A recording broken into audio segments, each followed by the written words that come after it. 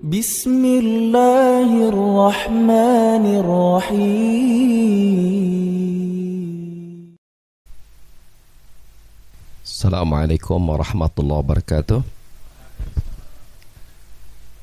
Innal hamdalillahi hamdan katsiran thayyiban barakan fihi kama yuhibbu rabbuna wa yardah. Asyhadu an la ilaha illallah wahdahu la syarika lah wa asyhadu anna Muhammadan abduhu wa rasuluhu la nabiyya ba'dah. Qala Allah Ta'ala fi kitabil karim a'udzu samii'il 'aliim minasyaitonir rajim. Ya ayyuhalladzina amanu taqullaha haqqa tuqatih wa la tamutunna illa wa antum muslimun. Ya ayyuhan nasu taqu rabbakum alladzi khalaqakum min nafsin wahidah wa khalaqa minha zawjaha wa basa minhuma rijalan katsiran wa nisaa'a wattaqullaha alladzi tasaaluna bihi wal arham innallaha kana 'alaikum raqiba. Ya ayyuhalladzina amanu taqullaha wa qulu qawlan sadida yuslih lakum a'malakum wa yaghfir lakum dhunubakum wa may yuti'illaha wa rasulahu faqad faza fawzan 'azima. Amma ba'd. Bapak-bapak dan calon bapak-bapak, ada yang belum menikah di sini? Ngacung kalau nggak malu mah. Coba ngacung kalau nggak malu. Masya Allah. Yang semoga Allah rahmati kita semua. Ahlan wa sahlan, selamat datang di kota Bandung yang sedang diguyur hujan ya. Tadi dengar kata Pak Hendy di Bekasi, Cikarang seminggu sekali ya. Oh tadi malam, alhamdulillah. Di Bandung sudah cukup sering, alhamdulillah ya. Dan Bandung juga semakin panas sebenarnya. Jadi ketika turun hujan itu mungkin sama senangnya orang Bandung dan orang Bekasi ketika hujan turun mungkin ya. Cuman bedanya mungkin di Bandung pabrik lebih sedikit dibanding Cikarang ya, sehingga tidak terlalu memberikan peningkatan panas. Dengan segala kekurangannya, inilah Bandung, dan dengan segala kekurangannya inilah saya tentunya. Jadi permohonan maaf secara pribadi dari Ustadz Abu Haidar ya. Beliau itu bukan Ustadz saja bagi saya, tapi juga orang tua ya. Sejak selisih saya umurnya sama beliau sekitar 8-9 tahun lah bedanya. Waktu saya masih kuliah, beliau sudah jadi ustadz saya. Ketika saya mulai berdakwah, dia sudah menjadi bukan saja ustadz, bahkan jadi orang tua saya. Walaupun ubahnya sudah mulai sama-sama banyak. Jadi, maka beliau tentu ada udzur hari ini, yang seyogyanya beliaulah yang pertama kali ya yang hadir di sini, tapi karena ada udzur maka beliau mengamanai saya untuk hadir di sini, dan saya dengan segala kekurangannya. Ya belum ada Ustadz Abu Haidar, minimal ada abunya lah, walaupun beda Haidar di belakangnya ya. Ada. Taib. Berbicara tentang materi islahul qulub ya. Islah itu artinya memperbaiki ya. Qulub artinya hati. Sebenarnya materi ini adalah materi buat kita semua, termasuk yang berbicara di sini. Saya dengan kondisi saya seperti ini tidak berarti hati saya lebih baik daripada antum. Ya, bisa jadi ya antum hatinya lebih glowing, lebih bening, lebih bersih daripada saya. Karena godaan kita dalam berdakwah itu bisa jadi lebih banyak daripada godaan antum ya di lapangan, gitu ya. Terutama godaan emak-emak. Tapi berbicara tentang memperbaiki hati, tentu kita tidak bisa melepaskan peranan Allah Subhanahu wa taala dalam memperbaikinya. Karena Allah yang menciptakan hati, dan Allah lah yang paling tahu bagaimana hati itu menjadi baik. Jangankan kita, sekaliber Rasulullah sallallahu alaihi wasallam saja memperbanyak doa agar diberikan keteguhan hati. Hadis yang sahih, ada seorang sahabat mendatangi si Rasul bernama Ummu Salamah. Ummu Salamah. Istri Rasul yang keberapa itu? Yang kesekian. Bertanya, apa yang doa yang paling sering dibaca oleh Rasulullah sallallahu alaihi wasallam? Ya, ma aksar doa yaqulu Rasulullah sallallahu alaihi wasallam. Apa doa yang paling banyak dibaca oleh Rasulullah sallallahu alaihi wasallam? Maka Ummu Salamah menyebutkan adalah kana aksar doai Rasulullah sallallahu alaihi wasallam, Nabi sallallahu alaihi wasallam, Allahumma ya muqallibal qulub tsabbit qalbi ala dinik. Wahai zat yang membolak-balikkan hati, balikkan hati ini di atas agamamu. Rasul sallallahu alaihi wasallam masih berdoa kepada Allah agar Allah menjaga hatinya. Padahal beliau adalah Rasulullah sallallahu alaihi wasallam. Apalagi kita, tentu kita lebih butuh lagi apa?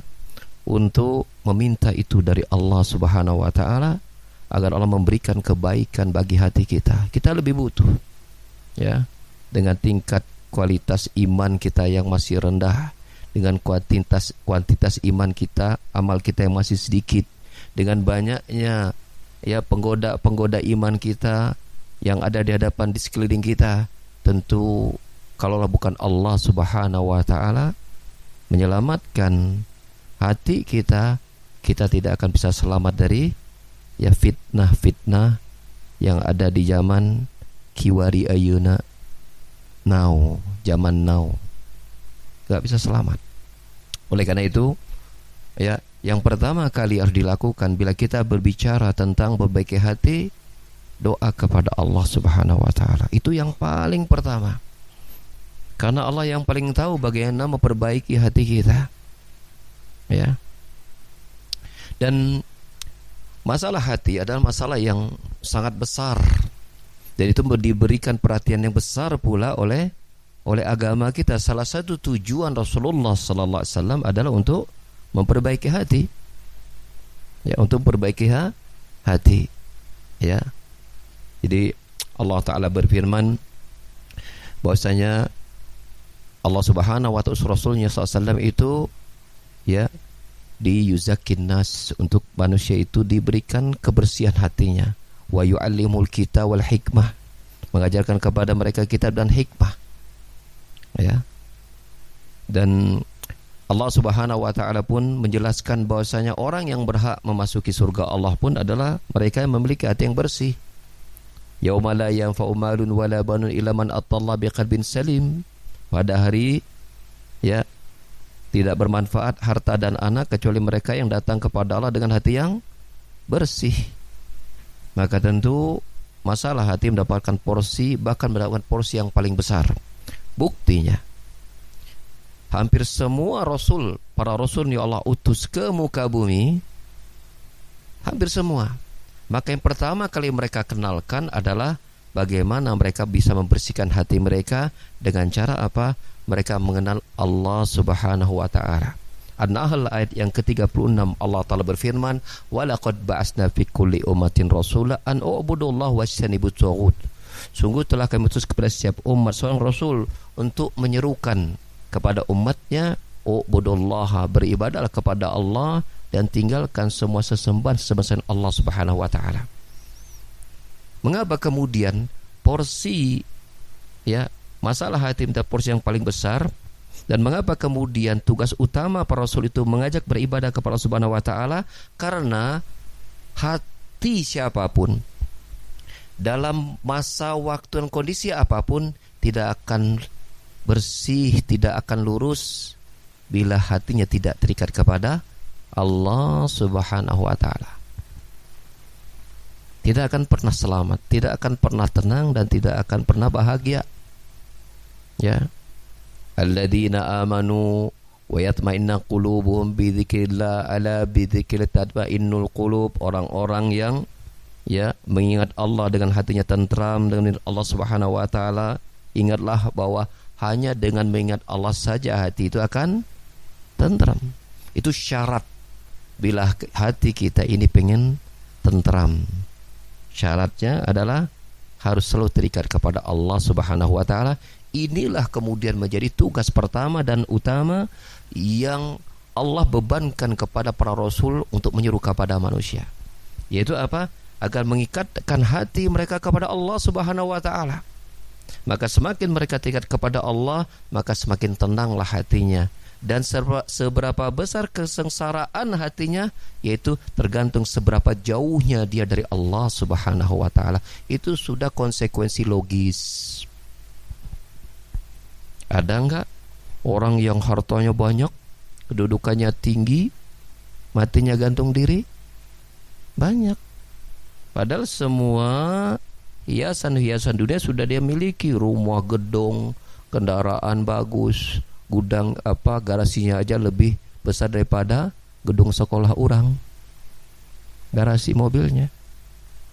Uangnya nggak pernah dipegang karena semua sudah datang sendiri. Tapi masih stres, mau tidur harus minum obat tidur. Sebabnya hanya satu, karena dia tidak gantungkan hatinya kepada Allah Subhanahu wa taala.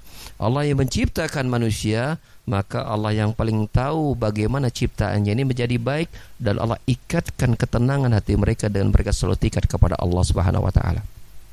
Logika sederhana begini. Bila ada suatu pabrik, sebentar, ini PT Marimoto pabrik naon? Pabrik. Perusahaan apa? Printer. Mengeluarkan printer. Buat printer. Bukan buat masalah. Pertanyaannya, siapa yang paling paham tentang bagusnya printer ini? Yang paling paham yang paling paham agar si printer ini tetap baik, yang paling paham siapa? Yang membuatnya. Ya pabrik, ya mekaniknya, betul nggak? Kalau konsumen mah itu rusak bingung mau dikemahkan. Maintenance-nya bagaimana nggak paham. Pabriknya yang paling paham, mekanis yang paling paham. Maka kita mengatakan manusia ini adalah satu di antara produk ciptaan Allah, betul nggak? Dalam hati mereka ada bernama hati. Bukankah juga itu ciptaan Allah Subhanahu wa taala? Maka kita mengatakan orang yang paling mengerti tentang hati manusia, jawabannya Allah, mekanisnya adalah Rasulullah sallallahu alaihi wasallam. Kalau tidak kita kembalikan kepada acuan keduanya, maka kita tidak akan pernah merasakan baiknya memiliki hati. Enggak akan pernah. Oleh karena itu, jangan coba-coba membangun konsep ketenangan hati. Saya ulangi, jangan coba-coba membangun konsep ketenangan hati dengan meninggalkan keduanya, meninggalkan Al-Quran dan hadis, kitab dan sunnah. Enggak akan pernah bahagia, yakinlah. Bila tujuan hidup kita kita banting tulang dari pagi sampai sekarang, udah nggak pagi sampai sore lagi, sekarang dari pagi sampai malam sekarang. Kok dulu dari pagi sampai sore kan, sekarang udah pagi sampai malam sekarang. Bila tujuan itu semua, kita ingin mendapatkan kedudukan tertentu dalam pekerjaan kita, kedudukan tertentu dalam keluarga masyarakat kita. Bila itu tujuan akhirnya, yakinlah kalau sudah tidak, ketika mencarinya ripuh. Apa ripuh teh?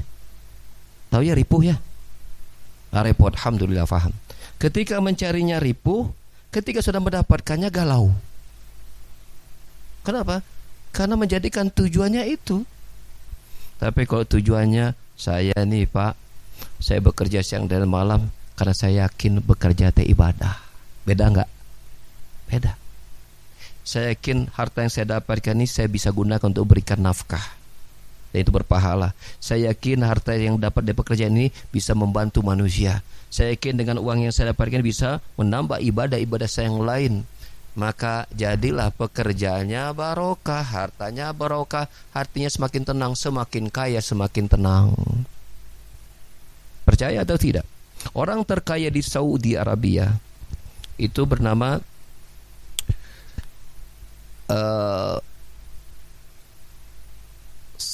keluarga Ar-Rajih, Saleh Ar-Rajih kalau salah namanya. Umurnya sudah tua sekarang. SD juga enggak tamat, pekerja keras yang handal. Hartanya triliunan. Tahu enggak sekarang posisi dia sekarang sebagai apa? Marbot masjid. Bukan karena perusahaannya bangkrut, enggak, terus berkembang perusahaannya. Ratusan hektar kurma dia bangun, dia sumbangkan untuk kurma untuk mensuplai kurma-kurma yang ada di Masjidil Haram, Masjid Mekah dan Madinah. Kalau bapak-bapak pernah buka puasa di Masjidil Haram, pernah buka puasa di Masjid Nabawi, tuh kurmanya kan bagus-bagus tuh. Itu dari kebun yang beliau sumbangkan secara gratis kepada Mekah dan Madinah. Apa yang dia lakukan pada hari ini? Ngurus masjid. Masjid terbesar setelah Masjid Haram di kota Makkah itu masjidnya beliau. Ngurus bapaknya, lebih tua daripada dia, bawa ke masjid. Semua hartanya, setengahnya dari keuntungan perusahaan dia gunakan untuk yayasan dakwah. Setengahnya sudah dia berikan kepada keluarganya. Dia nggak mau lagi ngurus perusahaan. Dia merasa tugasnya sudah selesai. Tinggal sekarang dia ngurus masjid. Allahumma shalli. Nikmat luar biasa. Karena sejak awal dia membangun usahanya untuk mencari kebahagiaan di sisi Allah Subhanahu wa taala. Maka happy, tenang. Uang triliunan enggak membuat dia susah tidur. Berapa banyak orang baru juga punya uang 10 juta udah susah tidur. Kenapa? Karena ini kayak besok juga bakalan habis bayar utang. Baru juga punya uang dikit dua dikit. Ya, dulu waktu masih pakai mobil butut biasa, malu. Tapi kumadei, bagaimana lagi? Begitu ganti mobil, jalannya udah berubah, bro.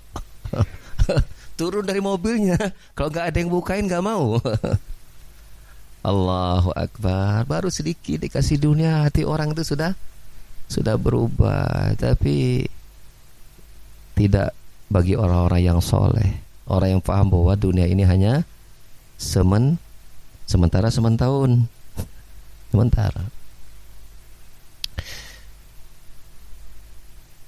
Pentingnya menjaga hati atau berbagai hati, mendapat porsi yang besar dalam agama kita.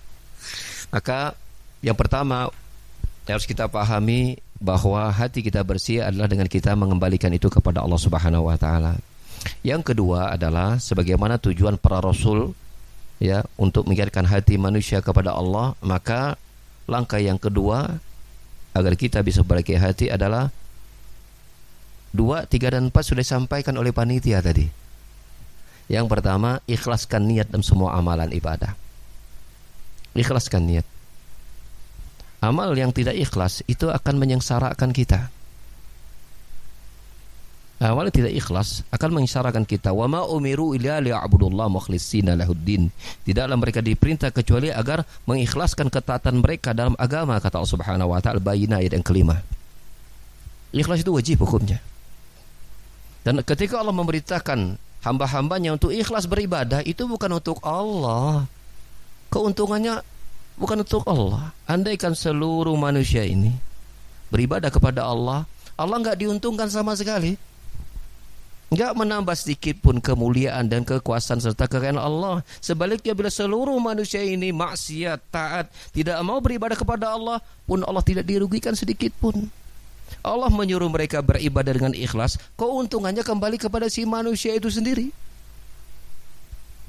Karena bila mereka tidak ikhlas, kerugian di dunianya, mereka akan galau. Contoh perbuatan yang melanggar keikhlasan apa coba? Contohnya apa? Beramal karena ria. Riaknya pakai ye ya, bukan ria tanpa ye ya. Nanti nyambungnya jadi beda, bergembira ria. Ria ya. Itu akan rugi manusia. Kenapa? Orang yang beribadahnya karena ria, dia tersiksa dengan jaimnya. Jaga image kan? Ini kok kayak gini, nanti kok orang begini gimana? Tersiksa dia dengan pandangan orang. Betul nggak? Penilaian orang menjadi apa? Menjadi barometer dirinya. Saya kok kayak begini, nanti gimana? Itu siksaan pertama yang dia dapatkan. Tapi bila dilakukan karena Allah Subhanahu wa taala, bagi dia pujian dan celaan sama saja. Memuji biasa, dicela biasa juga. Wong saya lakukan ini bukan untuk ente, bro. Untuk Allah Subhanahu wa taala. Lempeng.com aja dia. Karena Allah Subhanahu wa taala, maka dia menjadi jiwa yang merdeka. Maka ikhlas itu manfaatnya buat si pelakunya. Ya. Seorang tabi'in bernama Fudail bin Iyad pernah berkata,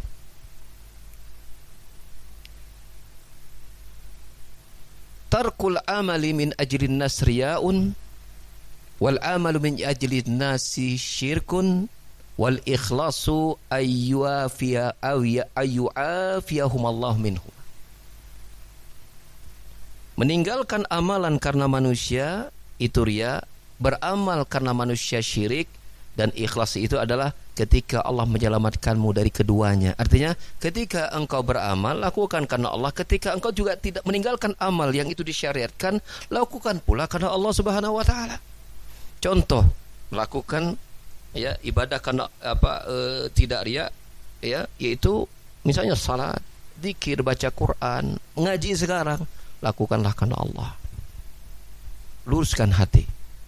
Apalagi tadi sudah sampaikan, ini pengorbanan bapak-bapak ini luar biasa. Perjalanan panjang, jauh, melelahkan, capek. Apalagi ngaji tes yang begini, tunduh, ngantuk. Jangankan antum, ana juga kalau boleh tidur tuh pengen tidur sebenarnya. Cuman kalau ana tidur, yang isi materi sekarang Pak DKM. Payah nah, resiko. Ya ketua DKM. Tapi kita berusaha untuk apa? Untuk ya sedikit. Jadi jangan sampai ada istilah pepatah kita, capek gawe teka pake gitu. Apa ya bahasa Indonesianya ya? Apa bahasa Indonesianya? Capek gawe teka pake teh. Sudah bekerja keras tapi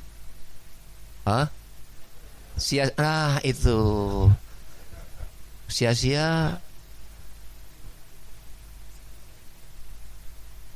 Bahkan bukan saja sia-sia tapi rugi. Capek gawe teka pake barejang diteke. Ini saya nukil dari ucapan Ustaz Abu Haidar loh.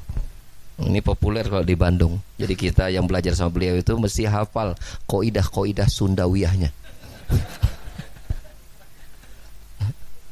Banyak itu kaidah-kaidah yang beliau buat di sini. Kalau di Jakarta Bekasi Jabodetabek sedikit yang dia kasih. Di kita balatak banyak. Gitu. Jadi saya juga kalau isi pengajian juga di Bandung itu ya sering mengeluarkan kaidah-kaidah dari kaidah-kaidah Sundawiyah dari beliau. Ya hafizahullah taala. Semoga Allah jaga beliau ya insyaallah. Amin. Jadi sudah berbuat sia-sia bahkan mengandung dosa. Coba Allah Ta'ala berfirman, fawailul lil musallin. Apa artinya? Apa artinya? Celakalah orang yang sholat. Berarti lamun teu sholat? Kalau enggak sholat berarti? Celakalah orang yang sholat. Berarti kalau enggak sholat?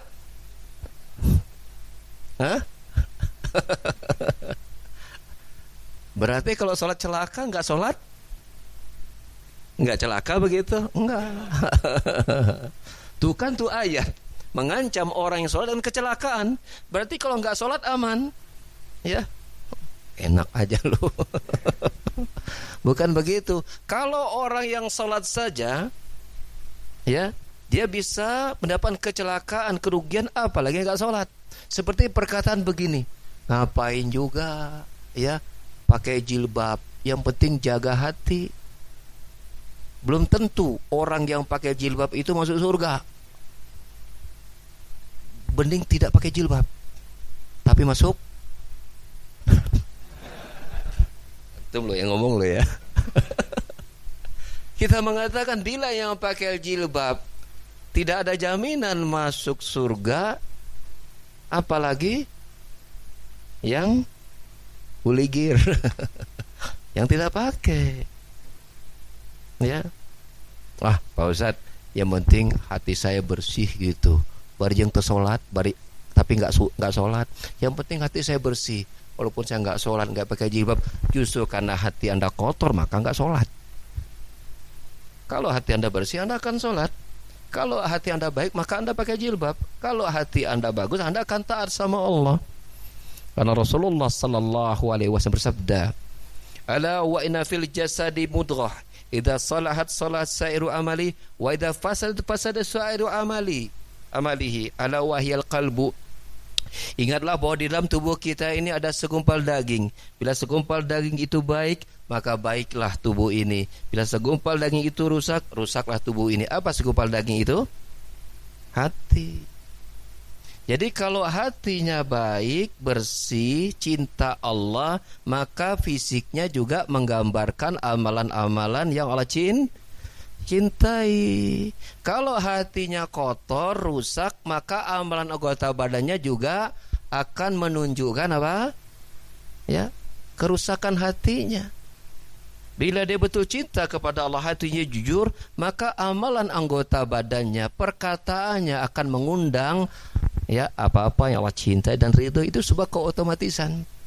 Jadi kalau ada orang yang belajar tauhid nih, ngaji sunnah nih ya, belajar tauhid lama gitu ya, bestinya dukun, berarti ngaji nggak bener tuh.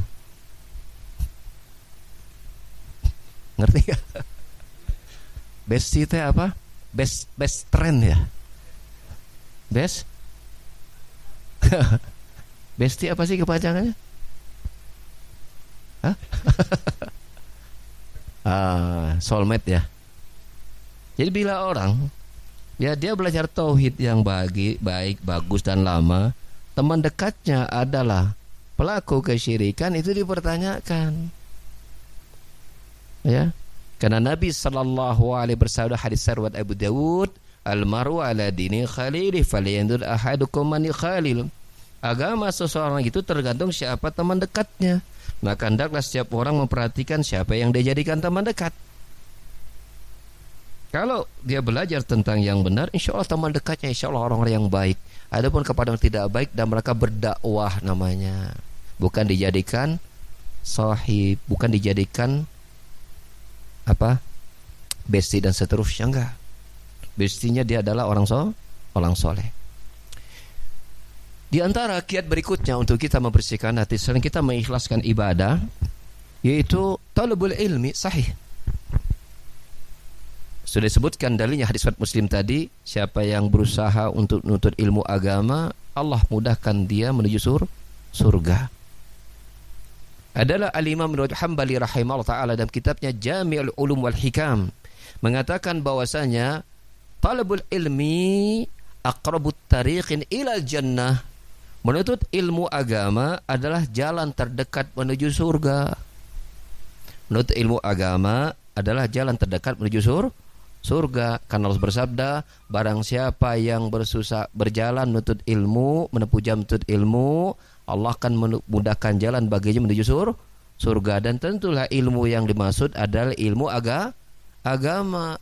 Kalau ilmu yang dimaksud adalah ilmu dunia, maka tidak mungkin kita mengatakan ya, yang hari ini ilmu dunia banyak dipegang oleh orang-orang non-muslim kafir ya. Non-muslim kafir. Oh, enggak boleh nyebutin kafir Pak Ustadz. Ya non-muslim kafir. Karena kalau enggak boleh nyebut kafir, kita pas sholat susah baca qul ya ayyuha naun. Apa? Betul enggak? Qul ya ayyuha, habis kita gugur berapa ayat tentang mana kafir. Itu lafaz syar'i. Sekarang sedang banyak ya orang-orang yang menghembuskan ya untuk melemahkan kaum muslimin untuk tidak boleh mengucapkan kata kafir kepada di luar agama Islam. Maka tapi Pak Ustadz itu kayaknya kasar. Ya sudah, kita bilang non muslim.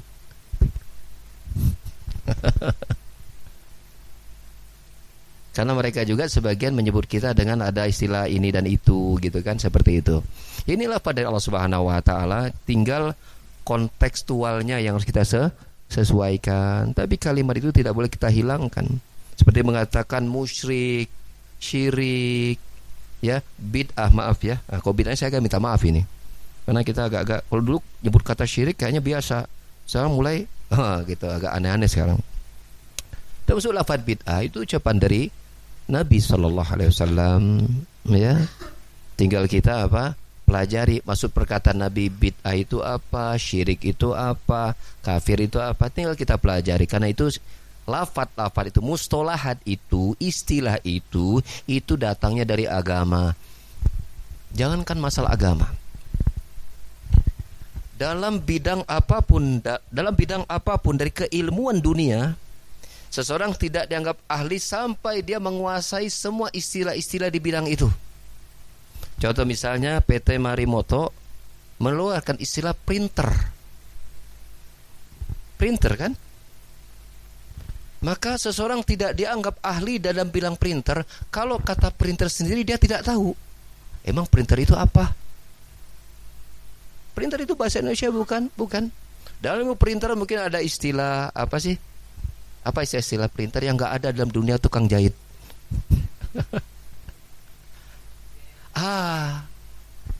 Maka Anda tidak dikatakan sebagai ahli dalam bidang printer bila Anda tidak menguasai istilah-istilah itu. Termasuk misalnya dalam bidang kedokteran. Anda tidak dianggap sebagai dokter gigi yang hebat bila Anda tidak tahu istilah-istilah kegigian. Betul. Ada istilah khusus. Mau tidak mau. Maka begitupun Anda, wahai kaum muslimin, Anda tidak dianggap menguasai agama Islam Anda bila Anda tidak menguasai istilah-istilah agama tersebut. Contoh misalnya syirik itu istilah agama, kufur, kafir itu istilah agama, bid'ah itu istilah agama. Kuasai, pelajari, dan sesuaikan dengan apa yang diinginkan oleh agama. Jangan sampai a priori alergi, dikit-dikit kafir, dikit-dikit syirik, dikit-dikit bid'ah. Allah musta'an. Loh, itu dari Allah dan Rasulnya. Kok Anda gak suka sih? Giliran istilah-istilah luar negeri, oh HD hebat. Istilah-istilah bahkan dari agama di luar Islam, bagus. Giliran istilah Islam kok gak suka? Maka perbaiki keislaman Anda. Anda harus sukai, tinggal pahami dengan konteks yang benar. Jangan sampai apa? Anda tidak sukai istilah itu, karena istilah itu datang dari Allah dan Rasulnya. Datang dari siapa? Allah dan Rasulnya. Ente muslim bukan, bro. Kalau muslim, ridholah kepada apa yang Allah dan Rasulnya pilihkan. Tinggal pahami dengan pemahaman yang benar, dengan konteks yang benar. Soal saya tuh sering ketemu, apa ini dikit-dikit bid'ah. Ya Allah, Pak, bid'ah itu istilah dari Departemen Agama, Departemen Kesehatan, ya, Departemen Dalam Negeri, atau dari mana istilah itu? Dari agama? Kalau dari agama kita berarti harus kita terima dong. Tapi dengan pemahaman yang tepat. Itu tugas kita. Maka tolobul ilmilah kita, banyaklah kita belajar, ya, karena belajar ini akan mendekatkan kita kepada surga. Surga itu seolah begini. Ketika Rasul mengatakan barang siapa yang menempuh jalan untuk menuntut ilmu, Allah mudahkan dia jalan menuju surga. Dan kata para ulama, menuntut ilmu adalah jalan terdekat menuju surga. Seolah-olah siapapun yang menuntut ilmu agama, seolah itu surga semakin mendekat. Seolah surga semakin mendekat. Gitu. Itu si bapak tidur aja pak, nggak apa-apa. Itu kasihan capek banget. Iya pak, saya izinkan, nggak apa-apa. Nggak, benar. Nggak, maksudnya biar bapak sehat. Kan nanti sore mau bertempur lagi sampai malam. Mending sekarang tidur. Nggak apa-apa pak. Jadi kasihan kalau ditahan-tahan itu. Nanti saya pernah merasa juga loh pak, jadi kayak bapak itu kesiksa itu. Materi nggak susah konsentrasi karena udah terlalu lelah. Jadi kalau bapak misalnya begini juga, jangan takut sama manusia, takutlah sama Allah. Santai aja pak ya. Jadi jangan ditahan-tahan. Bapak kalau mau tidur saja, nggak jadi masalah. Minimal tidur sekarang niatkan untuk bisa sore malam dapat lebih fresh. Daripada nanti bapak paksakan sore ngantuk juga, malam kan ada 3 sesi lagi ya, sore atau kali, malam 2 kali kan. Bener, sekarang istirahat biar dapat yang ketiga kan. Maksudnya nggak jadi masalah pak. Bapak, kalau saya lihat tadi luar biasa nahannya itu. Luar biasa. Enggak, ini saya serius ya, enggak serius. Artinya kalau Bapak siapapun yang lain kalau misalnya udah terasa lelah, mungkin begadang atau apa, kan kita lihat banyak sebab ya. Enggak apa-apa, saya izinkan dan panitia minta diizinkan juga untuk istirahat ya. Gitu. Tapi tetap dalam ruangan. Jangan istirahat di kamar. Nanti kalau di kamar semuanya juga pengen ke kamar. Berawi urusannya ya. Jadi nggak apa-apa ya. Jadi kalau diantara bapak-bapak yang kelihatannya sudah sangat lelah, boleh istirahat ya sambil di sini. Mudah-mudahan bisa, kalau istilah bahasa itu ngalenyap ya. Jadi bisa tidur sebentar 5 menit berkualitas, itu insya Allah bisa kuat sampai malam. Apalagi ada coffee break tadi ya. Coffee break tuh break ternyata patah Pak. Begitu mengkopi insya Allah bagus lagi. Jadi nggak apa-apa ya, insya Allah jangan khawatir. Kita udah kasih izin Pak. Salah istirahat saja nggak apa-apa ya, boleh. Nggak apa-apa. Sampai di mana tadi?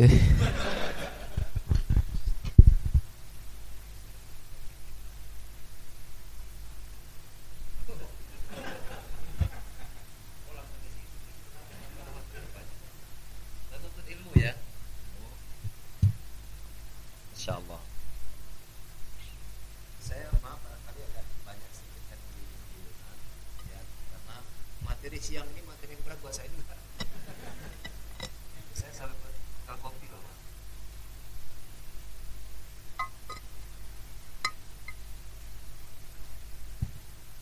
Jadi kalau sebagai pemateri itu ngantuknya nggak kelihatan, betul, enggak?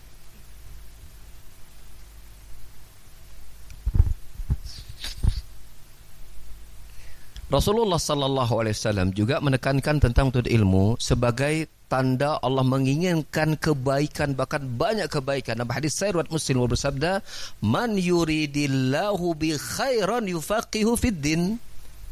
Siapapun yang Allah inginkan kebaikan kepada dirinya, kebaikan yang sangat banyak, maka Allah akan jadikan dia faham tentang agama. Sedikit paham dapat kebaikan, banyak paham, semakin banyaklah kebaikan yang akan dia dapatkan. Ya, di situ kalau bapak-bapak pernah belajar ilmu usul, khair di situ khairun itu lafadznya khairon, dia tidak menggunakan alif lam tapi menggunakan tanwin nakirah. Dalam konteks kalimat itu konteks syarat, ada man di depannya. Khairan, Rasul tidak mengatakan man yuridillahu bi al khaira, tapi lafadznya khairan, tanwin di situ. At-tanwinu ad-dakhilatu fi siyaqi syarat tufidul umum qaidahnya. Lafadz nakirah menggunakan tanwin yang masuk pada konteks syarat, maka artinya bermakna umum. Khairan di situ adalah menggunakan tanwin, artinya kebaikan yang tanpa batas. Kebaikan tanpa batas, bahkan kebaikan itu sampai kepada kebaikan akhirat, karena lafaznya umum. Man yuridillahu bi khairan, barang siapa yang Allah inginkan kebaikan, lafaznya kebaikan itu ada dengan tanwin, artinya kebaikan dunia akhirat, tanpa batas kebaikannya. Apa yang Allah akan lakukan? Allah akan jadikan orang itu faham tentang agamanya. Ya. Mulai dia belajar tentang akidah, belajar tajwid, belajar tahsin, belajar mungkin bahasa Arab, belajar ini dan itu. Semakin dia mulai nambah ilmu dikit, maka kebaikannya semakin banyak dibukakan pintu-pintunya oleh Allah Subhanahu wa taala. Oleh karenanya, bila kita ingin muhasabah, introspeksi, seberapa besar Allah menginginkan kebaikan buat kita, lihatlah apa yang kita lakukan dengan agama kita dalam hal belajarnya. Itu kualitas. Bila kita ingin mengukur seberapa besar Allah menginginkan kebaikan kepada kita, maka lihatlah apa yang terjadi pada diri kita dalam hal belajarnya kita dalam agama ini. Apa saja?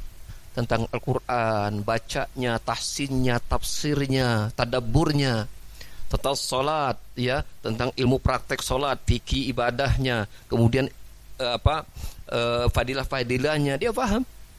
Semua tentang bahkan rahasia-rahasia hikmah-hikmah di semua ibadah dia fahami, maka semakin besarlah kebaikan yang Allah inginkan kepada dirinya. Itu sudah janji Allah melalui lisan Rasulnya sallallahu alaihi wasallam. Siapapun yang Allah inginkan kebaikan kepada dirinya, Allah akan berikan kefakihan, kefahaman pada dirinya tentang agama Allah Subhanahu wa taala. Sahih. Ya. Orang yang paham agama bisa mengetahui mana amalan yang ringan pahalanya besar.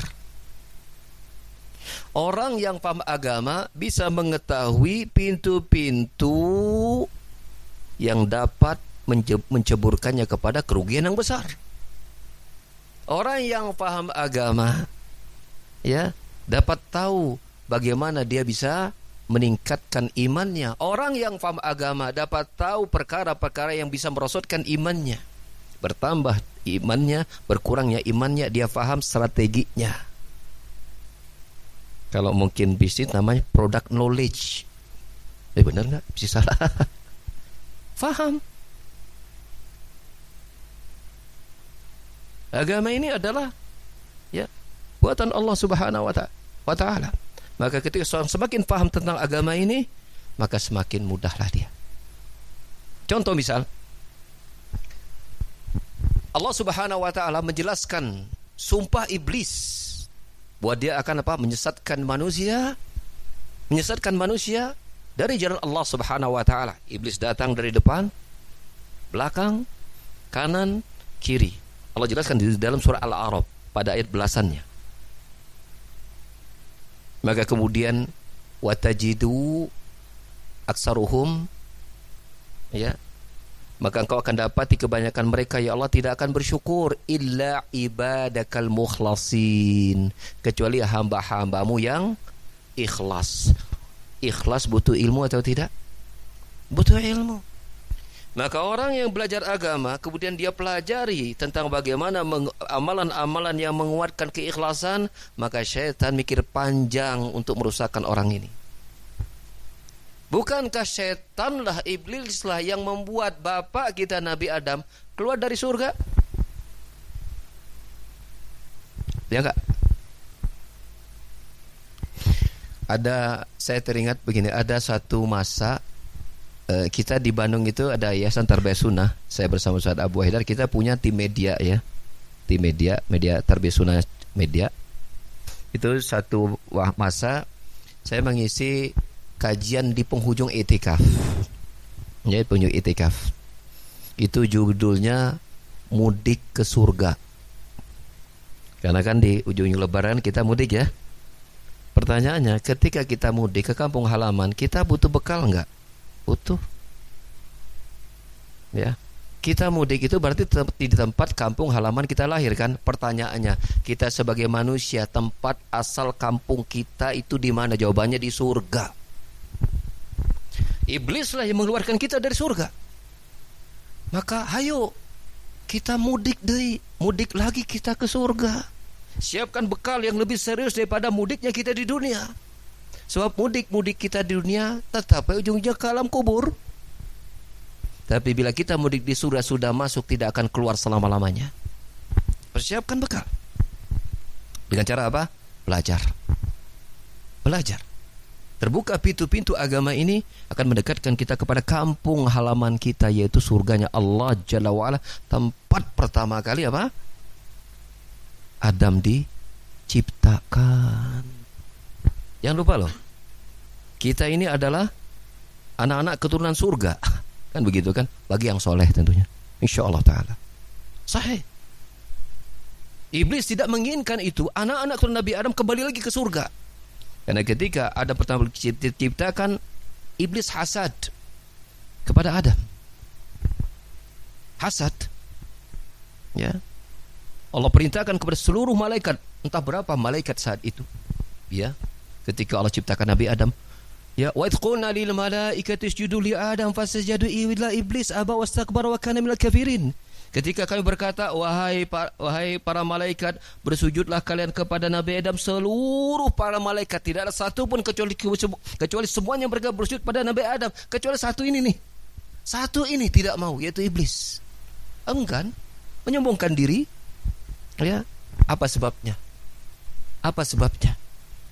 Iblis tidak mau sujud karena dengan logika tidak sehatnya dia, bukan logika sehat, logika tidak sehatnya dia mengatakan bahwa, ya, ketika Allah bertanya, ya iblis, ma mana'aka an tasjuda lima khalaqtu biyadayya, wahai iblis, apa yang menghalangimu untuk bersujud kepada makhluk yang aku ciptakan dengan kedua tanganku? Apa yang menghalangimu? Apa jawab iblis? Ana khairum min khalaqtani min nar wa khalaqtahu min tin. Aku itu, ya Rabb, itu lebih baik daripada Adam. Engkau ciptakan aku dari api, sementara Adam kau ciptakan dia dari tanah. Logika iblis mengatakan bahwa api lebih baik daripada tanah. Tapi kita mengatakan, para malaikat punya logika enggak? Para malaikat bisa berpikir tidak? Bisa. Sama-sama makhluk Allah kok. Apa dikira iblis doang yang paling pintar tentang Allah Subhanahu wa taala? Para malaikat juga pintar, punya logika berpikir. Tapi ketika datang perintah dari Allah, tidak kedepankan logikanya, tapi tundukkan imannya kepada Allah Subhanahu wa taala. Lihatlah cara beragama kita. Inilah asas Islam kita. Ketika Allah dan Rasulnya telah menetapkan suatu urusan, maka jangan sampai kita hadang dengan logika kita yang sempit, pit. Jangan. Ada Umar bin Khattab radhiyallahu anhu. Dalam pelaksanaan suatu ibadah haji, dihadapkan mencium Hajar Aswad. Hajar Aswad itu artinya batu hitam. Hajar batu aswad hitam. Anggap ia Hajar Aswadnya ada hidung hitam. Ketika di hadapan batu ini, apa perkataan Umar bin Khattab radhiyallahu anhu? Inni la'alamu annaka hajar. Law ma ra'aitu Rasulullah sallallahu alaihi wasallam qabbalak ma qabbaltuk. Sesungguhnya aku tahu betul engkau itu tuh batu. Kalau aku tidak melihat Rasulullah sallallahu alaihi wasallam menciummu, amit-amit aku mau menciummu, akan mau. Apa istimewanya batu?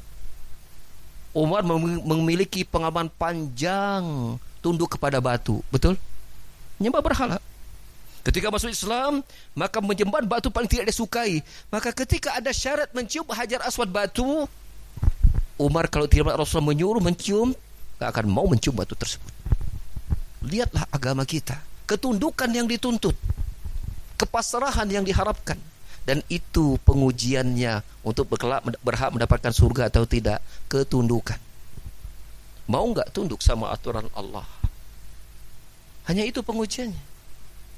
Adalah Ali bin Abi Thalib radhiyallahu anhu pernah berkata, "Lau kana ad-dinu birra'yi, la kana asfala min al-khawf, aku bil mas min a'lahu." Ada syariat kita mengusap khuf.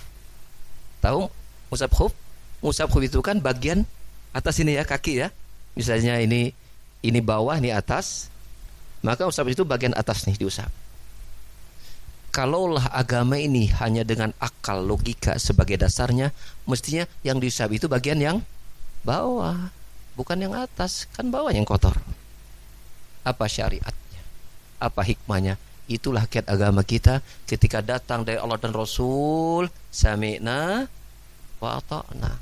Dengar, paham, jalankan. Itu pengujiannya di situ. Banyak hikmah dari agama ini yang tidak perlu, yang tidak membutuhkan sebab akibat menurut ukuran kita sebagai manusia. Banyak contoh. Banyak contoh. Ketika kita berwudu, ya, ketika kita berwudu, kita buang angin kentut, batal tidak?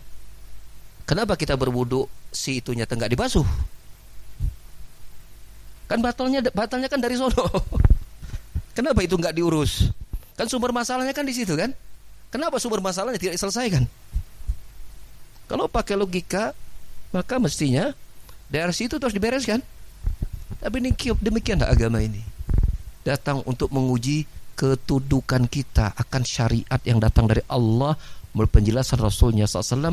Dan itu bila kita tidak, dan itu tidak kita dapatkan kecuali kita belajar untuk melihat rahasia agama ini. Makanya surga semakin mendekat bagi orang yang Allah pahamkan tentang agama. Maka belajar. Amalan berikutnya agar kita bisa mensucikan hati, ya, ya amalkan yang sudah tahu. Agama kita ini bukan agama wacaniun. Tahu wacaniun? Ini istilah yang baru saya kenalkan di sini. Wacaniun. Wacana bukan. Agama kita ini adalah agama yang menjelaskan ilmu untuk diamalkan.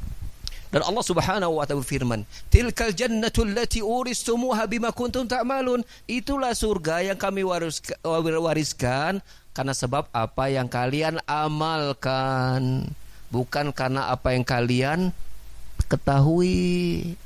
Belajar agama untuk supaya tambah ilmu, untuk diamalkan. Jangan sampai ada ngomong teh bisa, ngomong teh jago, ngedalil bisa, tapi amalannya tak menjadi contoh bagi orang lain. Allah nggak butuh itu. Allah nggak butuh itu. Allah butuh kita buktikan apa yang setelah kita pelajari diamalkan. Maka setiap ilmu agama kita dapat kita amalkan, semakin membuat hati kita semakin baik. Semakin baik. Ya. Tahu agama bukan untuk sok-sokan, bukan. Bukan untuk menampakkan dari orang kita punya ilmu, kita punya banyak uang, bukan. Tapi kita belajar agama agar kita bisa benar dalam beramal, kemudian Allah terima amal tersebut. Itu tujuan akhir kita belajar. Diamalkan. Bahkan berapa banyak amalan yang tidak perlu orang tahu. Bukankah ya, di antara 7 golongan manusia sih salah. 7 golongan manusia yang kelak di hari kiamat akan mendapatkan naungan di saat padang mahsyar musuh berkumpul, yang tidak ada naungan hari kecuali naungan Allah Subhanahu wa taala. Di antara 7 itu ada 2 yang menyembunyikan amal mereka. 6 yang ketujuh Rasul bersabda, rajulun tasaddaqa bisadaqatin fa akhfaha hatta la ta'lamu ma tunfi hatta la ta'lamu shimalu ma tunfiqu yaminu. Itu seseorang apa? Yang bersedekah dengan satu sedekah, kemudian dia sembunyikan sedekahnya sampai-sampai tangan kirinya tidak mengetahui apa yang disembunyikan oleh tangan kanannya. Dengan sebab apa dia mulia? Dengan sebab amal, itu yang pertama. Dengan sebab amal yang dia lakukan murni untuk Allah Jalla wa'ala. Dia amalkan berupa amal gerakan fisik, dan dia amalkan hatinya dia lakukan karena Allah Subhanahu wa taala. Amalan hati dan anggota badan. Yang kedua, yang ketujuh, Allah bersabda, rajulun dzakarallah khalian fa fadhal aina. Seseorang yang mengingat Allah dalam keadaan menyendiri, tidak ada orang yang tahu. Ingat Allah, lalu kemudian meneteslah kedua air matanya, menetes. Mungkin dia ingat, ya Allah, berapa banyak dosa yang belum aku bisa tinggalkan, belum aku taubati, berapa banyak amalan yang masih sedikit aku kerjakan, udah sedikit kualitasnya rendah pula. Ya, banyak akhirnya dia mengadu kepada Allah akan kelemahan dirinya, sehingga membuat dia meneteskan air matanya, dan tidak ada yang tahu tetesan air matanya kecuali Allah Subhanahu wa taala. Dari mana kita mengetahui itu semua? Dari kita belajar. Mata yang menangis, yang menyembunyikan tangisannya hanya untuk Allah Subhanahu wa taala, mata yang kata Nabi tidak akan pernah disentuh oleh api neraka. Dalam hadis riwayat Muslim bersabda, ainani lan tamassuman naru. 2 mata yang tidak akan disentuh oleh api neraka. Ainun bakat min khasyatillah wa ainun batat tahrusu fi sabilillah. 2 mata yang tidak akan disentuh oleh api neraka. Yang pertama, mata yang menangis karena Allah karena takutnya kepada Allah Subhanahu wa taala. Yang kedua, mata yang berjaga-jaga di perbatasan kaum muslimin dalam rangka untuk menjaga teritorial negeri kaum muslimin. Matanya menjadi mata yang menjaga-jaga keamanan negeri Islam. Mata yang tidak disentuh oleh api neraka. Dari mana kita tahu? Karena kita belajar. Kita banyak informasi dari ayat dan hadis tentang bagaimana kita bisa memperbaiki hati kita. Amalan berikutnya adalah, saya sebenarnya pengen masuk kepada aqsamul qulub ya, pembagian hati ya. Dari pembagian ini sebenarnya kita bisa memahami ya apa terapi-terapi yang sebenarnya bisa kita lakukan dari pembagian hati ini ya.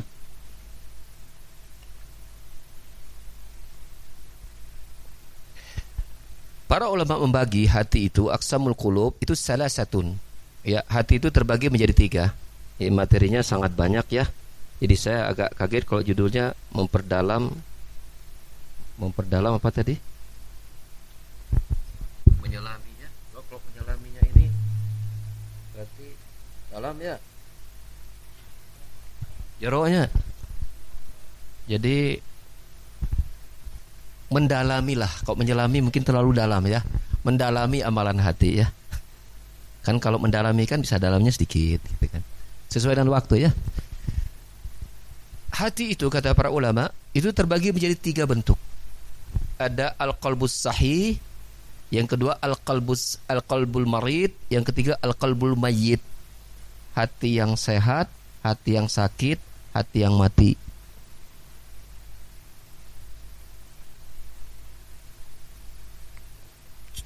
Apa arti hati yang sehat? Yaitu wal qalbus salimul ladzi la yanju yaumal qiyamah illa min atman atlabi qalbin salim.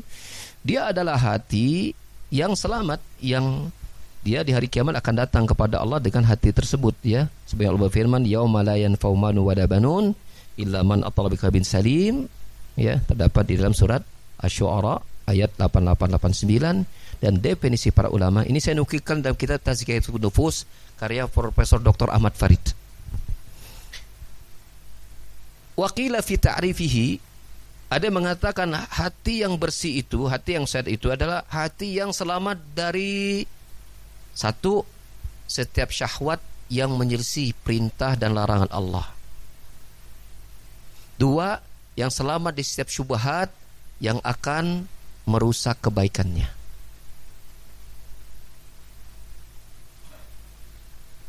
3, hati yang selamat dari penghambaan kepada selain Allah. 4, hati yang selamat dari berhukum mengikuti selain Rasulullah. Ya.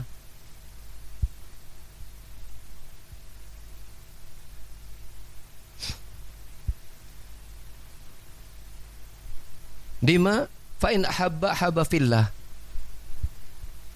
5, ketika dia mencintai maka itu karena Allah. Ketika dia membenci pun karena Allah. Ketika dia memberi karena Allah. Ketika dia menahan itu pun karena Allah Subhanahu wa taala.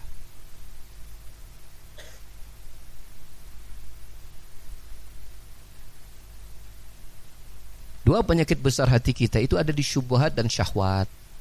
Ada di syubhat dan syahwat. Ya. Maka hati yang bersih adalah selamat dari syahwat yang merusak ketaatannya kepada Allah. Selamat dari syubhat yang membuatnya menjauh dari Allah dengan pemahaman yang menyimpang dan seterusnya. Yang kedua, hati yang sakit. Kalau sakit ini dia punya hanya 2 kondisi. Kalau tidak disembuhkan mati, kalau dia sembuh sehat. Itu pilihannya kan?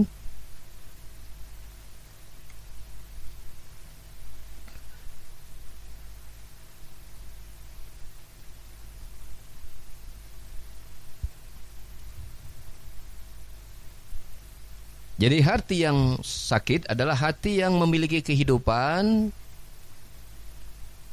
ya,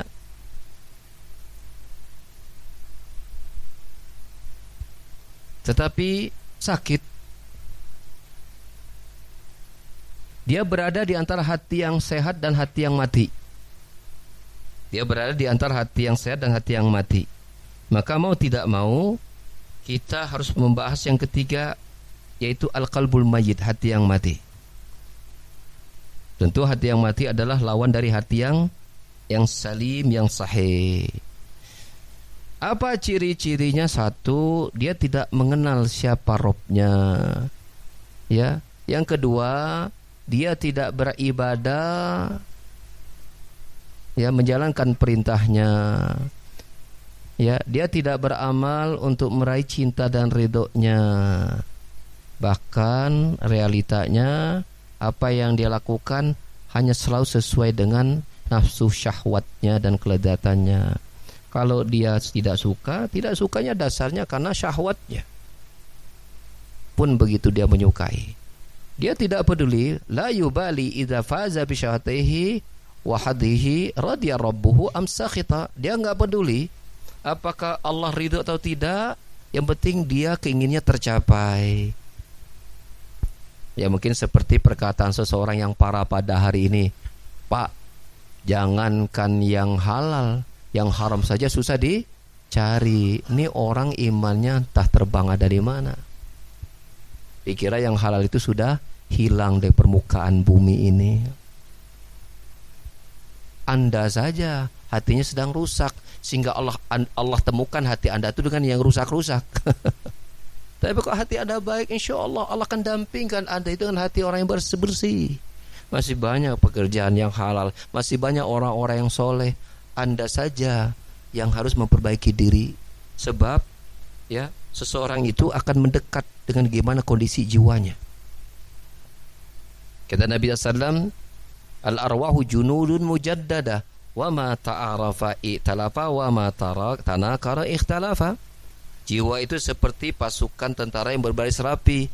Bila dia cocok, nyambung, mendekat, bersatu. Bila dia berbeda, dia akan bersisi dan menjauh. Maka bila hati seseorang itu soleh, insya Allah hatinya akan dekat dengan orang yang soleh. Bila hatinya rusak, dia juga akan rusak, akan dekat dengan orang hatinya yang rusak. So perkataan indah, yaitu siapa itu pengarang tenggelamnya kapal Panderjit teh, Buya Hamka. Ya, dalam sebuah tulisan yang saya baca, beliau ditanya, ya Buya, mengapa ya ketika saya ke Arab, ke Mekah, ternyata banyak pemandangan maksiat?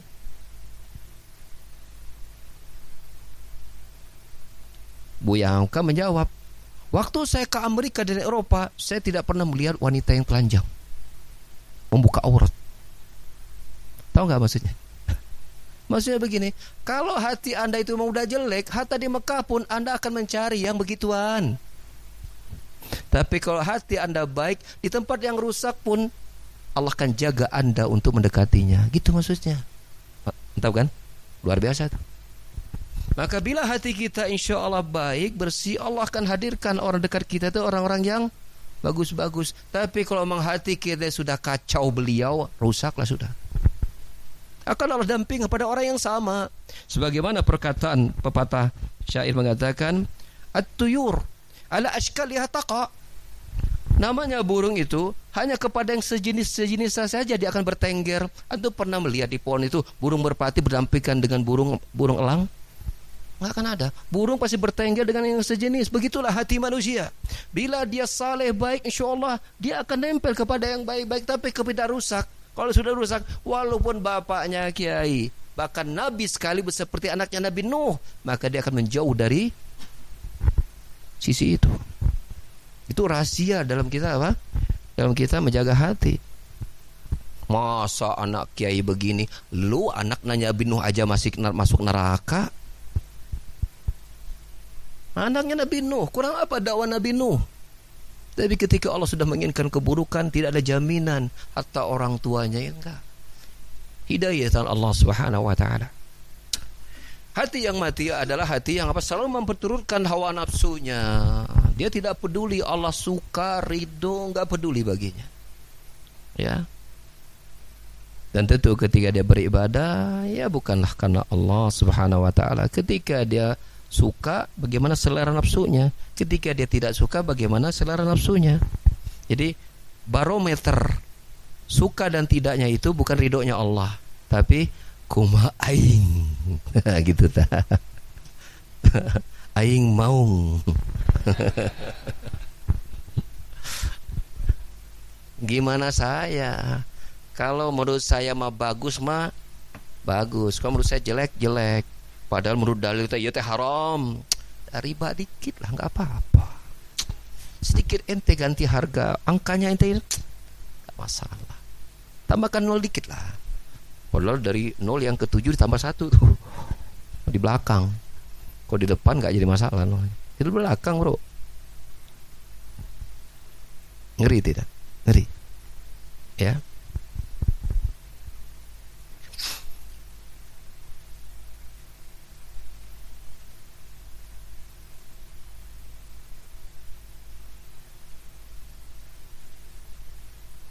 Saya tutup dengan materi 6 vitamin hati. 6 vitamin hati. Ya. Tadi kita sudah memberikan beberapa poin tentang usaha kita untuk bersihkan hati, doa. Kemudian kedua, kita belajar mengikhlaskan niat, mengamalkan semua amalan. Ya, kemudian kita pindah kepada pembagian hati. Yang terakhir saya kira di waktu yang tersedia, yaitu 6 vitamin hati. 6 vitamin hati, ya. Ridhaul qalbi, 6 vitamin hati. Saya mau membahas tentang tanda sakitnya hati, tetapi saya khawatir terlalu panjang ya. Jadi saya langsung saja loncat kepada 6 vitamin hati. Yang pertama, ya, yang pertama adalah zikrullah. Berzikir kepada Allah. Yang kedua, tilawatul Quran, membaca Al-Quran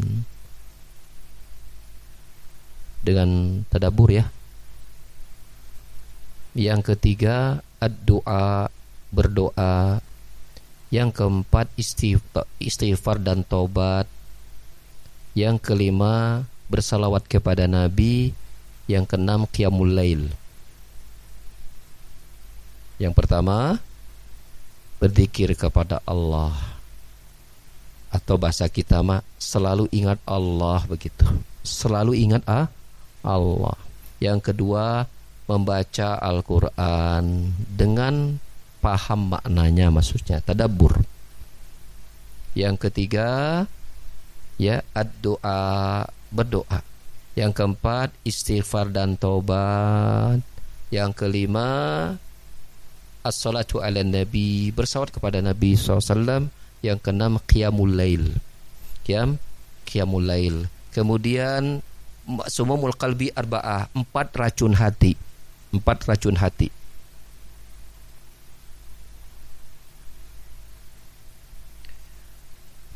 Menukilkan Ibnu Qayyim, wa naqsidu bisum arba'ah, 4 racun hati. Yang pertama, fudulul kalam, berlebihan dalam berbicara. Yang kedua, fudulun nazar, berlebihan dalam memandang. Yang ketiga, fudulut ta'am, berlebihan dalam makan dan minum tentunya. Yang keempat, fudulul mukhalatah, berlebihan dalam bergaul. Berlebihan dalam bergaul, ya. Jadi yang pertama, fudulul kalam, berlebihan dalam berbicara. Tentu berbicara yang kurang bahkan tidak manfaat, apalagi mengandung dosa. Itu menjadi racun buat hati kita. Yang kedua, fudulun nazar, berlebihan dalam memandang, ya. Apalagi kalau ada istilah kita sekarang itu, Pak Bos, Ramadan ya, di Bandung ini ada istilah namanya ngabuburit. Sore hari buat dosa dulu sebelum berbuka. Jalan sana, jalan sini, jajan mah modus saja. Intinya pengen menyegarkan mata, lihat. Na'udzubillah. Nah, itu istilah cuci mata, ya. Padahal ngotorin mata tuh mata hati. Iya. Nyuci mata, ngotorin mata hati, ya. JJS jalan-jalan sore, rusak mata itu.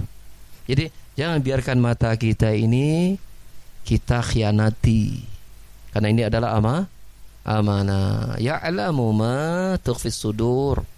Ya'lamu kha'iyatal a'yun wa ma tukhfis sudur. Allah mengetahui mata yang berkhianat dan apa yang tersimpan dalam dada. Allah tahu.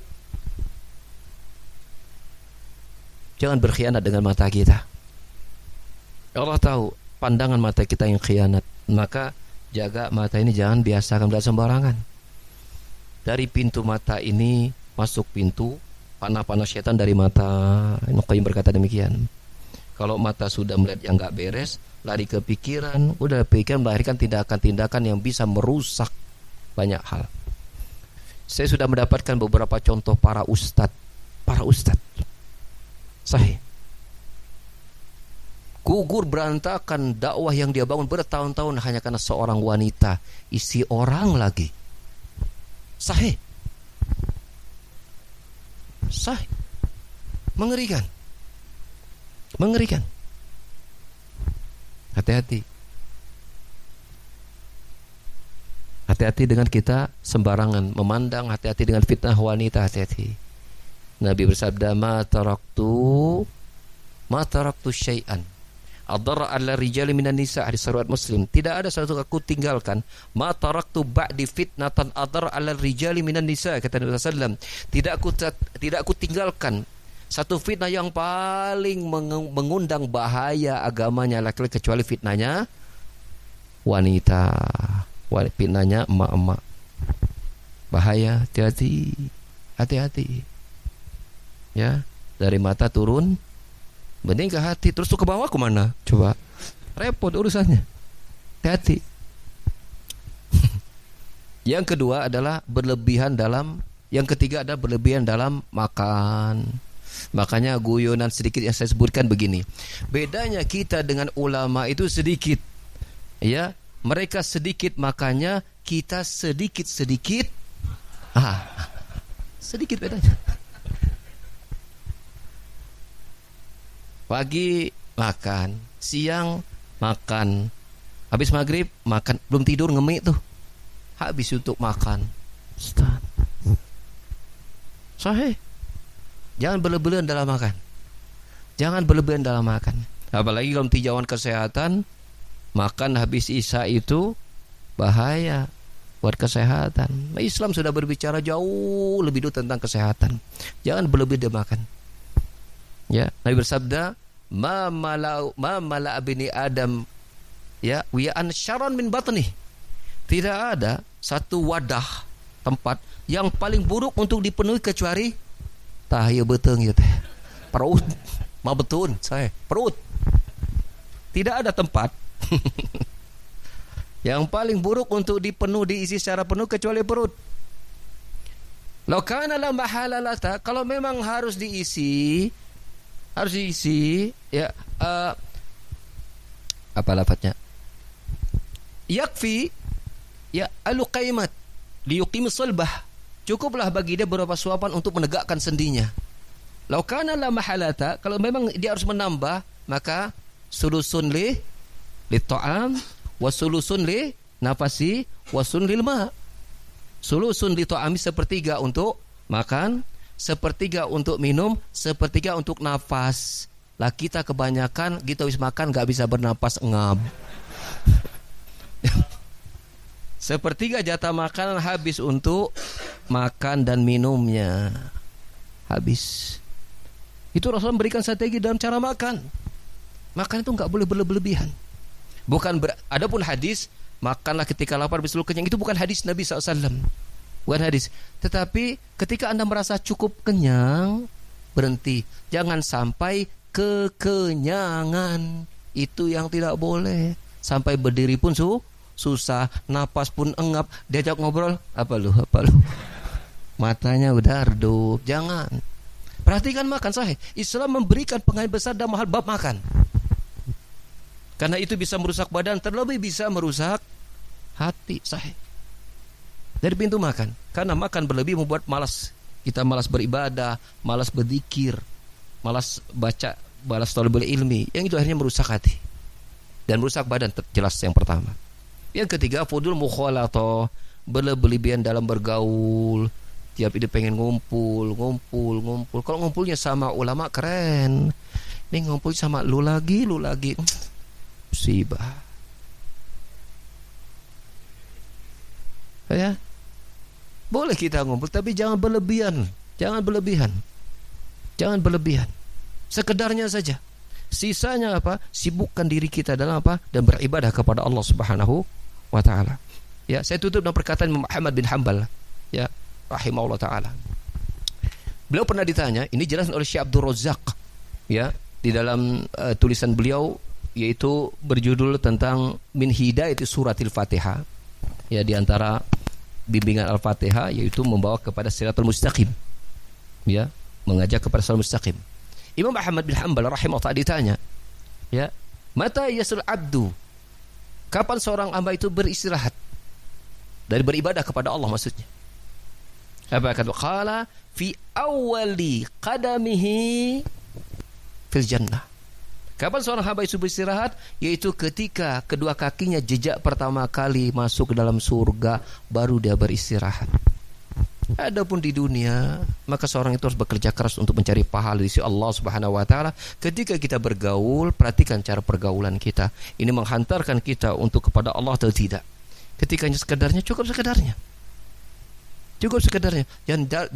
Jangan terlalu terusik. Nanti apa kata teman, apa kata orang.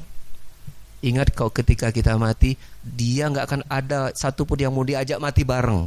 Nggak akan ada. Betul? Kalau yang ngajak hidup bareng, banyak. Yang ngajak mati bareng nggak ada. Maka kita akan mati sendiri-sendiri. Ingat itu. Kita akan mati sendiri dan kita akan mempertanggungjawabkan amal kita sendiri-sendiri. Oleh karena itu, pilih cara pergaulan kita yang baik. Karena kelak pada akhirnya mati pasti sendiri-sendiri. Demikian barangkali kalau materi yang sedikit saya bisa sampaikan, dan saya maaf tidak bisa memenuhi judul menyelami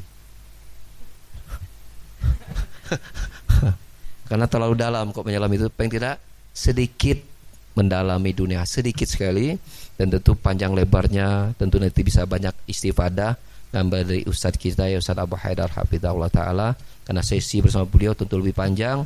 Dan kalau soal masalah ngetak-ngetik hati itu dan bagaimana ya terapi, saya banyak sekali belajar dari beliau tentang masalah itu, luar biasa. Sehingga anggap saja ini mah warming up ya, pemanasan. Mudah-mudahan ya bisa menyegarkan untuk sesi-sesi yang selanjutnya ya. Demikian barangkali ya. Kuis ya, baik. Ini ada ini nih. Kalau buku udah pada dapat semua ya, panduan untuk ilmu ya. Tadinya saya mau kasih hadiah tadinya, tapi udah ada nggak jadi itu. Dapat semua ya? Dapat semua. Tapi kalau saya kasih hadiah ini kira-kira ada yang lain, berarti ini nggak boleh. Yang lain ya.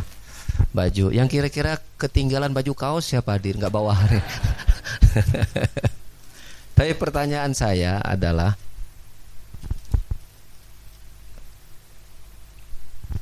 apa faidah menuntut ilmu agama?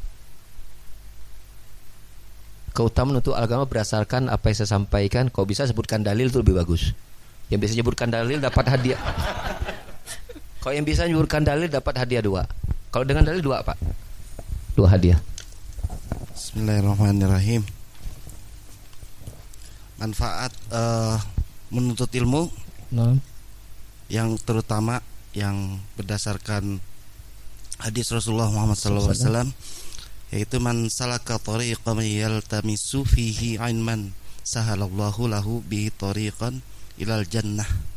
Barang siapa menempuh satu jalan untuk mencari ilmu, maka Allah akan memudahkan jalan baginya menuju surga. Berarti untuk ilmu faidahnya utamanya adalah mendekatkan diri kita menuju dimudahkan surga. Menuju surga. Coba baca lagi hadisnya Pak. Lihat saya. Enggak hafal. Kasih hadiah enggak? Kasih ya, Masya Allah. Tak hafal. Bapak mau hadiah baju, buku. Salah satu. Mau buku, baju? Silakan Pak, pilih sendiri ya. Pilih sendiri. Pertanyaan berikutnya. Nanti silakan aja pilih sendiri Pak ya. Pertanyaan berikutnya. Apa arti hadis berikut? Fadhil Pak, silakan. Apa arti hadis berikut? Man yuridillahu bihi khairan yufaqihu fiddin. Man yuridillahu bihi khairan yufaqihu fiddin. Ngacung. Bapak kanan silakan. Barang siapa yang menghendaki maka terus Masya Allah. Barang siapa yang Allah kehendaki kebaikan untuknya, maka Allah akan memahamkannya kepada ilmu agama. Ulangi lagi. Barang siapa yang Allah kehendaki kebaikan pada dirinya, maka Allah akan memahamkan ilmu agama padanya. Masya Allah, barakallahu fiik. Hadis riwayat? Silakan Pak, silakan. Hadis riwayat Muslim ya, rawahu Muslim. Silakan. Berikutnya, apa? Silakan Pak, sini silakan. Apa makna ayat? Yauma la yanfa'u, terjemahkan saja. Yauma la yanfa'u malun wala banun illa man atallaha biqalbin salim. Boleh pilih Pak, boleh pilih. Kok ini mah sudah punya ya. Boleh pilih buku atau boleh. Apa arti firman Allah? Artinya ya, saya enggak tanya maknanya. Ya. Yauma la yanfa'u malun wala banun illa man atallaha biqalbin salim. Apa artinya? Artinya yang ngacung dapat hadiah. Benar, dapat hadiah. Sini. Sini, dapat hadiah.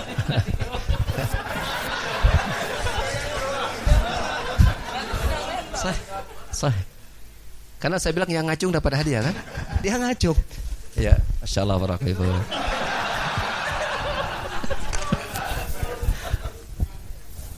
Dia mazhabnya zohiri dia. Ya, kalau bisa menjawab dapat hadiah lagi. Silakan Pak.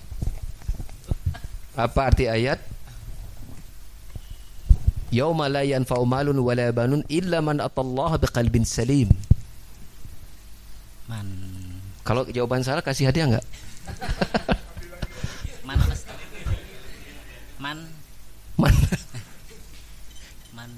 Yauma artinya hari. Yauma la yanfa'u malun wala banun illa man atallaha biqalbin salim. Surah Asy-Syu'ara ya. Takluk? Yang lain silakan. Silakan Pak. Masyaallah, barakallahu.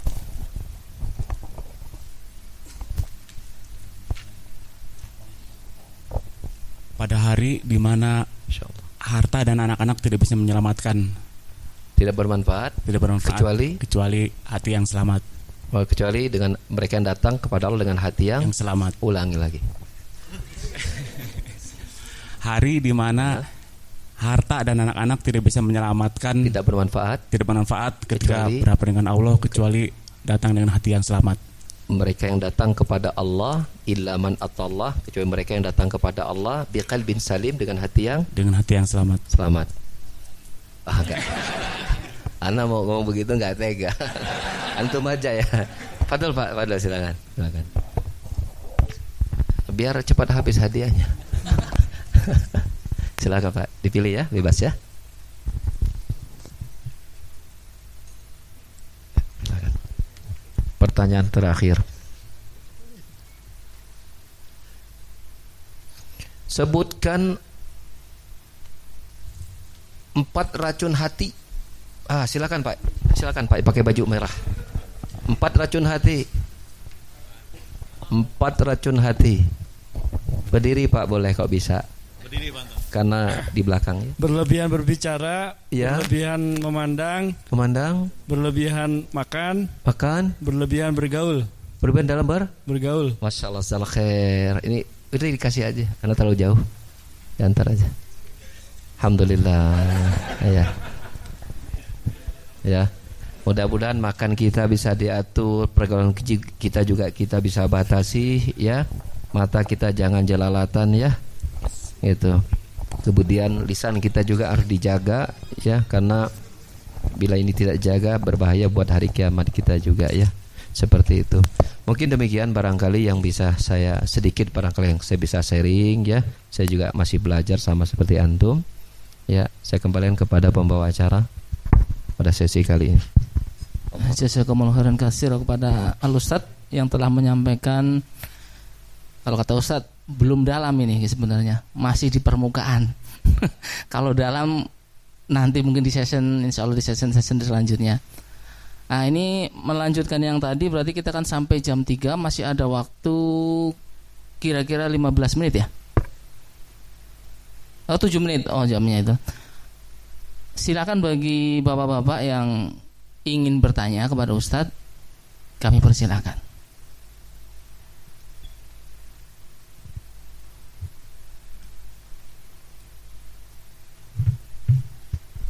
Ayo silakan. Mas Nur Wahid silakan. Bismillah. Assalamualaikum warahmatullahi wabarakatuh. Saya ingin bertanya, benarkah setan atau iblis itu tidak tahu akan isi hati kita gitu? Tapi kenapa ada yuwaswisu fi sudurina? Jadi kita merasa was-was dalam hati kita seperti itu. Apakah was-was itu karena setan tahu? Ya, seperti itu maksudnya. Allahu a'lam bisawab ya. Hanya saja memang Nabi SAW bersabda hadis riwayat Muslim, "Inna syaitan yajri min ibni Adam majrad dam." Sungguhnya syaitan masuk menggoda manusia itu melalui aliran darah. Berdasarkan hadis itu berarti syaitan ke dalam tubuh kita pekerjaannya menggoda. Berarti memberikan rayuan-rayuan kan? Tidak ada penjelasan di situ syaitan tahu hati kita. Tidak ada penjelasan di situ syaitan tahu hati kita. Ya. Saya belum menemukan dalil ya, apakah ada dalil secara khusus syaitan mengetahui hati kita. Yang tahu pasti Allah Subhanahu pasti tahu. Adapun hati kita apakah syaitan tahu dengan dalil tadi? Ya. Adapun was-was, ya betul dari syaitan karena salah satu pekerjaan syaitan yuwaswisu fi sudurinas, memberikan was dalam dada manusia. Memang itu kerjaan dia, membuat kita ragu tentang hal yang baik, tentang hal yang benar gitu kan. Kamu tuh gak pantas melakukan ini, belum saatnya, nanti aja dulu, was-was. Ya, membuat kita tidak istiqomah di atas kebaikan, munculkan rasa khawatir berlebih. Memang itu pekerjaan dia. Ya. Dan itu tidak berbanding lurus atau berkonsekuensi dia tahu hati kita. Oh, kalau dia tahu hati kita berarti dia ngasih was-wasnya di bagian yang ini nih. Allahu a'lam bishawab ya, saya enggak tahu. Allahu a'lam.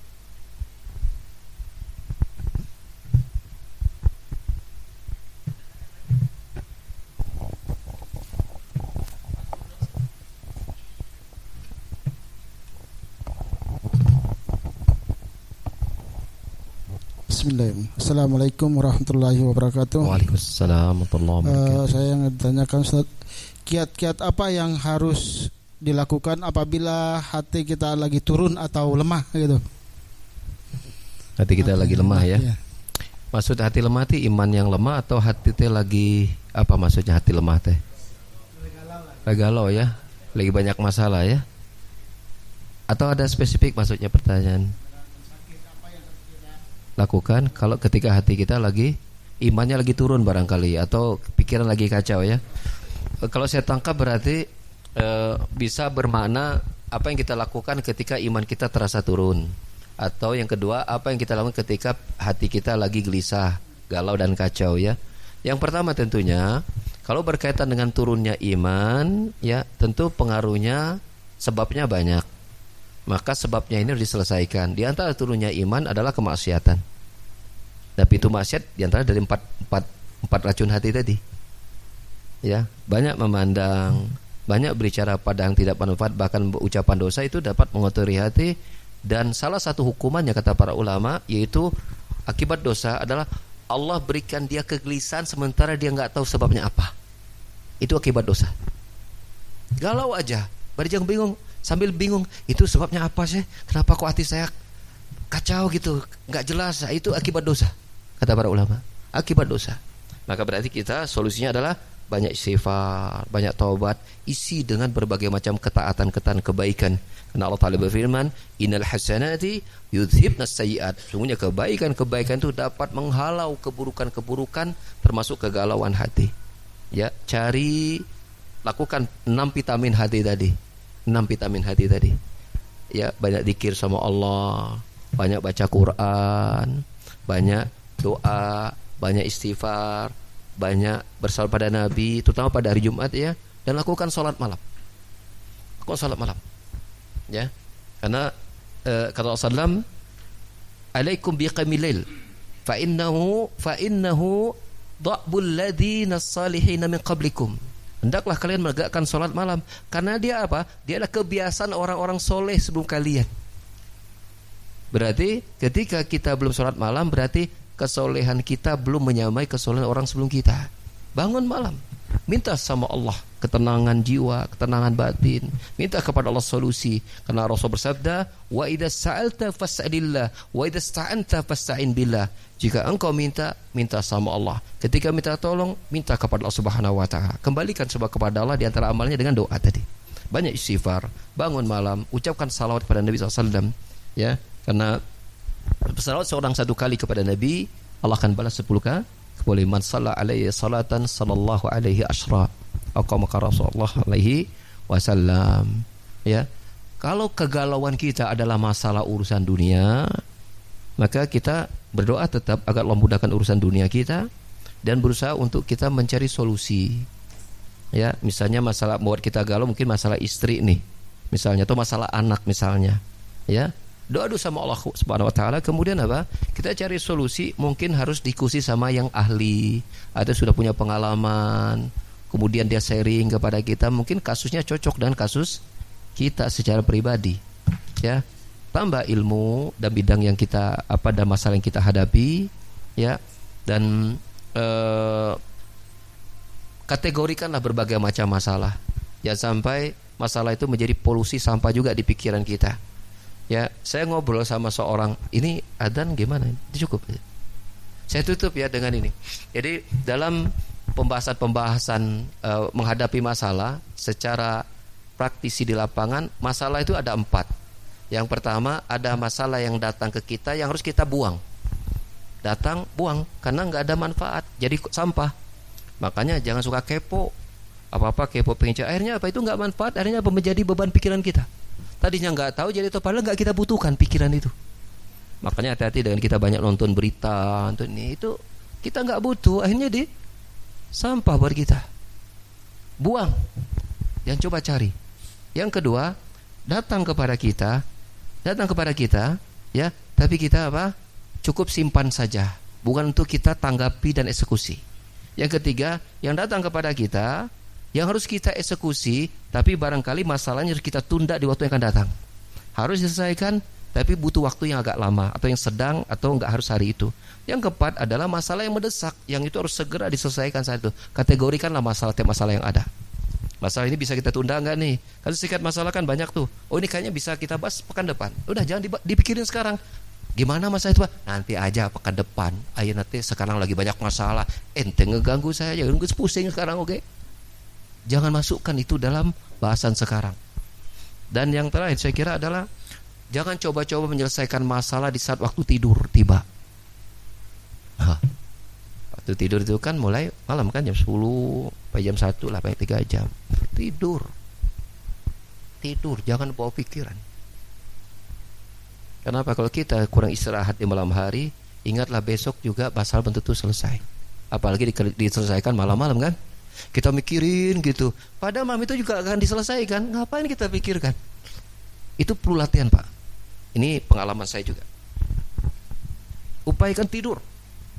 Saya sudah tidur, Pak Ustadz, mikirin masalah, kerjaan banyak, Pak Ustadz, tapi diam aja, dipikir, gimana?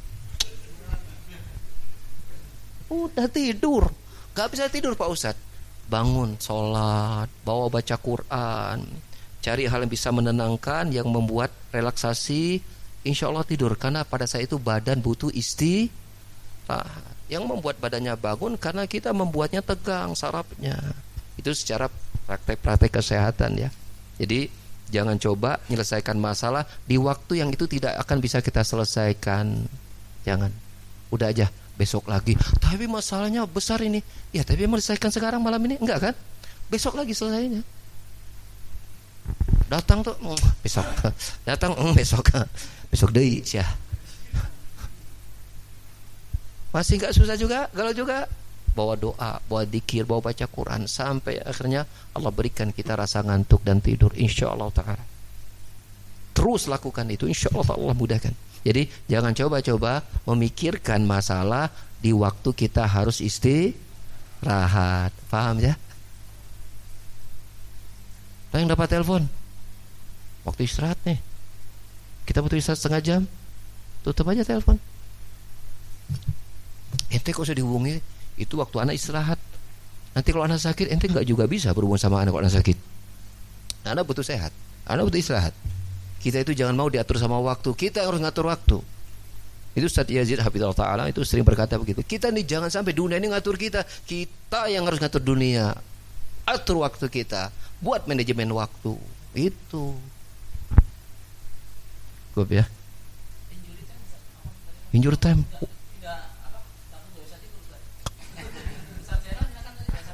Fadal. Injury time ya. Baik. Terakhir ya. Terakhir. Last but not the least. Least but not the last. Masih ada sesi yang lain ya. Tadi Ustaz bicara Rasulullah mengajarkan doa ya mogal qalbul sabit qalbi ala dinik. Sahih. Ya, itu doanya kita baca pada saat kapan saja. Ya. Apakah boleh pada saat kita sujud waktu sholat? Baik. Ya, di antara waktu dan tempat untuk berdoa yang afdal adalah di saat kita sujud.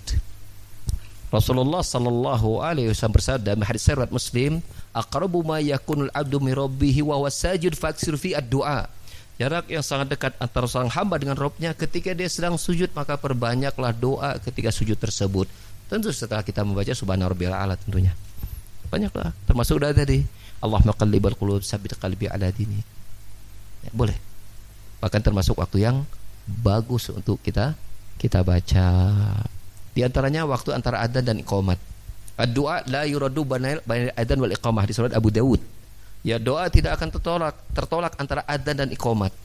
Ya, kita habis misalnya sholat qobliyah gitu, doa. Ya, doa minta sama Allah. Itu waktu mustajab doa juga.